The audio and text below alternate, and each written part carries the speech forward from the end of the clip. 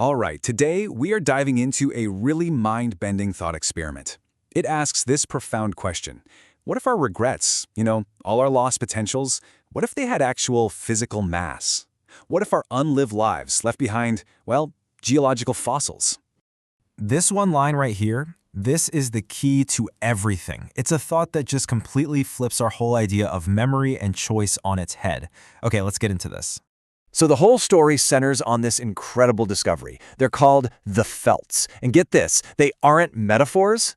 They are a tangible physical substance, a residue left behind by every single choice that wasn't made, by every life that could have been, but wasn't. And we're not just talking about some philosophical concept here. No, this is a literal geological find. The story treats grief and regret like a force of nature, something that just builds up and fossilizes over thousands and thousands of years. A kind of quasi-religious order finds these layers deep underground. And when this vast 12,000-year-old civilization called the Cordage sends someone to check it out, they send Micah. And Micah's job? A nomenclature engineer.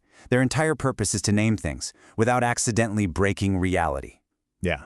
So when Micah touches a felt, their consciousness just gets flooded. They aren't reading data. They are living thousands of ghost lives, entire lifetimes that never actually happened. 1 second, they become a child on a long-lost Earth, And the next, a soldier in a war so strange the weapons themselves literally destroyed language. It's a complete sensory and existential overload.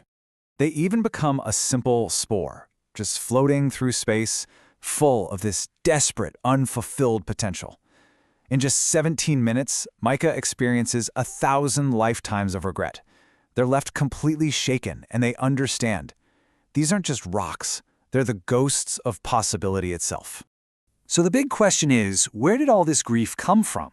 Sister Valeur, a haptic philosopher, she's the one who asked the critical question. For 12 millennia, the super-efficient Cordage civilization has been optimizing everything, always choosing the most productive path and just suppressing everything else, grief, regret, any kind of inefficiency. This is the result. The Cordage's official term for it is pretty chilling: ontological waste. It's the literal byproduct of their relentless drive for progress. But it's not just waste, it's dangerous. The sheer weight of all these unlived lives is starting to make reality itself unstable, creating time paradoxes and weird causality loops. This discovery, as you can imagine, forces a massive crisis. What do you do when you find out your progress is literally poisoning your own reality? It kicks off this whole movement called the Acknowledgement Reformation, forcing a choice between the values that built their world and, well, the values that might just save it. And this choice has immediate, totally drastic consequences. On one industrial planet, workers just start to practice acknowledging their grief and their own lost potential. And the result? Productivity plummets by a staggering 40%. They become less efficient, sure, but they start to feel more whole. So this choice just fractures their society completely. Two very clear paths emerge. On one side, you've got efficiency purity, who want to double down on what made the Cordage great, pure, optimized progress. And on the other, the grief confederacy, who argue that to survive, they have to become less efficient, to become more real, more whole. And it turns out, a civilization can't have both. Right, you can't pull a civilization in two opposite directions and expect it to survive. The 12,000-year-old Cordage, this vast galactic empire, it just shatters under the philosophical weight of this one impossible choice. And just look how quickly it all falls apart. Within a single century of the Reformation starting, the central government just dissolves. 12 millennia of unity, gone, in what is basically the blink of a cosmic eye. But from that collapse, something new started to grow. So from the ashes, these new species of civilization begin to rise, and each one is a totally different answer to that same fundamental question. You've got the hyper-optimized purity collective, the super-introspective grief confederacy, and even other stranger experiments in what it even means to be a society. So for centuries, these fractured civilizations evolve on their own, and then everything changes. Something arrives, drawn across galaxies not by their technology, not by their wars, but by the sheer gravitational weight of all their grief. It's called the Contact, and yeah, it's not an alien you can just talk to. It's described as a fundamental disruption in the laws of physics, a traveling zone where reality itself is kind of optional. And the contact delivers this stunning message, one that completely reframes their entire crisis. It tells them their collapse wasn't an ending. It was a form of evolution, of maturation.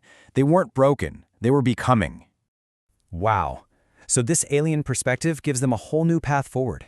It teaches them not to see their past selves and all their unlived lives as failures to be mourned, but as a garden of possibilities, a garden to be cultivated. The contact even teaches them how to create a new kind of felt.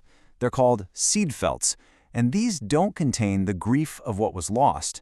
Instead, they contain the pure, creative potential for futures no one has even dreamed of yet. It's this fundamental shift from mourning the past to actually creating the future.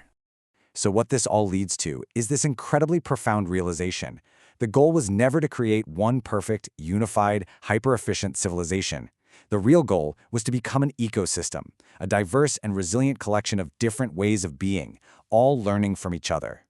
And that, well, that brings this vast, cosmic story all the way back down to us, doesn't it? The whole thing leaves us with this really powerful question. Every choice we make, big or small, it creates these unlived possibilities, these ghosts.